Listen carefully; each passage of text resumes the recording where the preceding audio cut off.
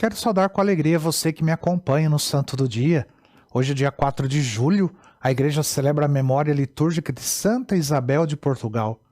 Isabel, ela nasceu na Espanha em 1271. Entre seus antepassados estão muitos santos, reis e imperadores. Ela era filha de Pedro II, rei de Aragão, que, no entanto, era um jovem príncipe quando ela nasceu. E sem querer ocupar-se com a educação da filha, o monarca determinou que fosse cuidada pela avó. Tiago I, que se convertera ao cristianismo e levava uma vida voltada para a fé. Ela recebeu, então, uma formação perfeita e digna no seguimento de Cristo. Tinha apenas 12 anos quando foi pedida em casamento por 3 príncipes. Seu pai escolheu o herdeiro do trono de Portugal, Dom Dinis. Esse casamento significou para Isabel uma coroa de rainha e uma cruz de martírio, que carregou com humildade e coragem nos anos seguintes à sua vida.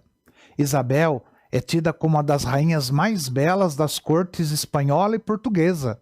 Além disso, possuía uma forte e doce personalidade. Era também muito inteligente, culta e diplomata. Ela deu 2 filhos ao rei: Constância, que seria no futuro rainha de Castela, e Afonso, herdeiro do trono de Portugal. Mas eram incontáveis as aventuras extraconjugais do rei, tão conhecidas e comentadas, que humilhavam profundamente a bondosa rainha perante o mundo inteiro. Ela nunca se manifestava sobre a situação. De nada reclamava e a tudo perdoava, mantendo-se fiel ao seu casamento. Ela criou os filhos, inclusive do rei fora do casamento, dentro dos sinceros preceitos cristãos. Tem uma história muito bonita de Santa Isabel que diz que ela ajudava muitos pobres, então ela levava mantimento num manto, né? E o marido dela não gostava, né? Não admitia que ela fizesse isso. E certa vez ela estava levando os alimentos para os pobres no avental e ele chegou. E ele perguntou: "O que tens aí?" E Santa Isabel falou assim: "São rosas, são flores."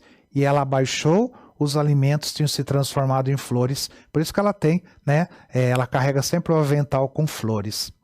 Ela perdeu cedo, né, a filha e o genro, criando ela mesma um neto, né? Também um futuro monarca. Não bastassem essas amarguras familiares, né? Ela foi vítima das desavenças políticas do marido com parentes e, sobretudo, do comportamento de seu filho Afonso, que tinha uma personalidade, assim, combativa. Depois, ainda foi caluniada por um cortesão que dela não conseguiu se aproximar. A rainha muito sofreu e muito lutou até provar inocência de forma incontestável. Sua atuação nas disputas internas das cortes, né, de Portugal e Espanha, nos idos do século XIII e XIV, está contida na história dessas cortes como a única voz de Isabel a pregar a concórdia e conseguir a pacificação. Ao mesmo tempo que ocupava o seu tempo ajudando a amenizar as desgraças do povo pobre e as dores dos enfermos abandonados, com a caridade da sua esmola e também da sua piedade cristã.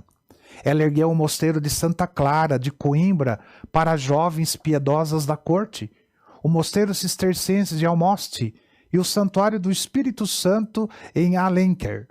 Também fundou em Santarém o Hospital dos Inocentes, para crianças cujas mães, por algum motivo, desejavam abandonar os seus filhos. Com suas posses, sustentava asilos e creches, hospitais para velhos e doentes, tratando pessoalmente dos leprosos. Sem dúvida, foi um perfeito símbolo de paz do seu tempo. Quando o marido morreu em 1335, Isabel recolheu-se no mosteiro das Clarissas de Coimbra, onde ingressou na Ordem Terceira Franciscana. Antes, porém, abdicou do seu título de nobreza, indo depositar a coroa real no altar de São Tiago de Compostela. Doou toda a sua imensa fortuna pessoal para suas obras de caridade. Viveu o resto da vida em pobreza voluntária, na oração, piedade e mortificação, atendendo os pobres e doentes marginalizados. A Rainha Isabel de Portugal, ela morreu em Estremoz, no dia 4 de julho de 1336. Venerada como santa, ela foi sepultada no mosteiro de Coimbra e canonizada pelo Papa Urbano VIII em 1665. Santa Isabel de Portugal foi declarada padroeira de Portugal, sendo invocada pelos portugueses como a Rainha Santa da Concórdia e da Paz. Santa Isabel de Portugal, rogai por nós. Que o Senhor te abençoe, em nome do Pai, do Filho e do Espírito Santo. Amém.